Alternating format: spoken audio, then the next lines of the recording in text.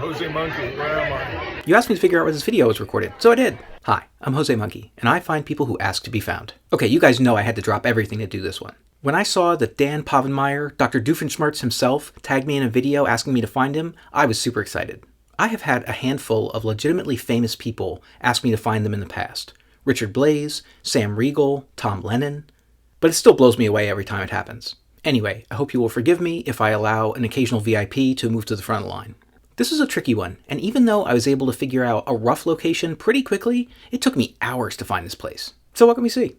As Dan starts the video, he raises his phone up and does one of these moves where you tilt your head back to look through the bottom of your progressive lenses so you can see your phone better. Real. We can see that Dan appears to be inside, standing in front of a round stone window. Outside we can see some buildings and houses. Some of them look like hotels or apartments, but others just look like houses.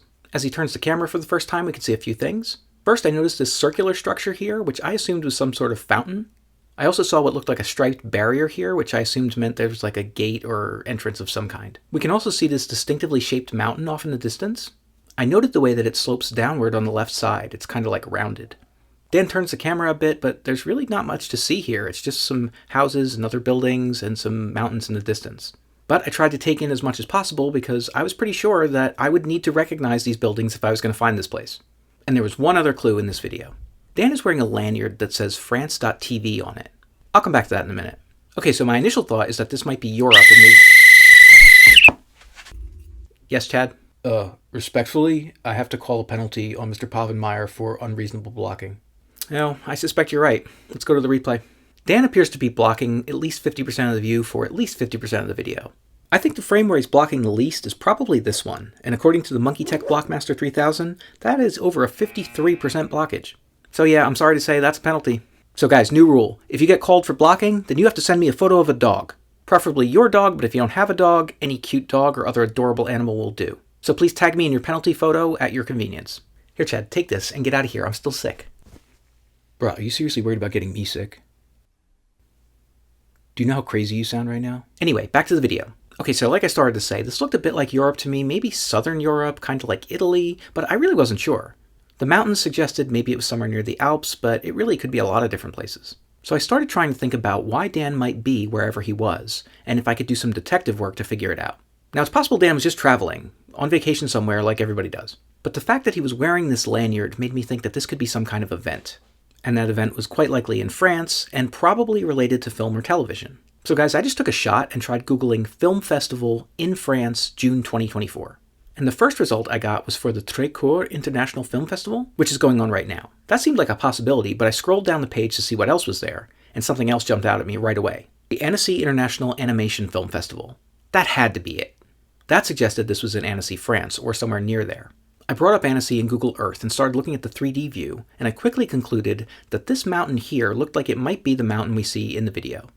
I also found this photo of Annecy, which looks to me like it could be the same view of the mountains. Now guys, I got that far pretty quickly, like under 10 minutes. And while many people would probably be happy to declare victory at that point without confirming further or finding the exact location, you guys know I wasn't going to rest until I knew precisely where this video was recorded and could prove it. My first thought was to look for popular tourist spots in Annecy and see if any of them had views like this, but I checked a bunch of them and none of them seemed to be right. So guys, I just started looking around on Google Earth. There really wasn't anything specific to look for, just these houses, so I just had to scan around and see if I could find them. I basically just lined up the view based on what we could see of the mountains in the video, and then just started looking around. And I spent a long time doing that, like 3 hours. But after 3 hours, I finally found a spot that looked like it could be a match. And when I turned the camera around to see where it might have been recorded from, I saw a tall building with round windows on the top floor. And guys, that was it. You were at the Imperial Palace Hotel in Annecy, France. I was hoping there might be a photo on the Google Maps entry for the hotel that would help me confirm this location. But guys, most of the photos of the hotel are facing south because it looks like this, which is breathtaking. Fortunately, I was able to use Google Earth to confirm the view. If you look at these buildings here, we can see that this is definitely a match, as is this other shot from when Dan turns slightly. And just to be double sure, I checked the street view of that fountain and barrier that we saw in the video. I'm pretty sure you were looking out of one of these two windows right here. I'm going to go ahead and say this one. Let me know if I'm right about that.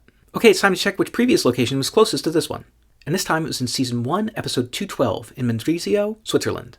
That is 219 kilometers or 136 miles away from this place.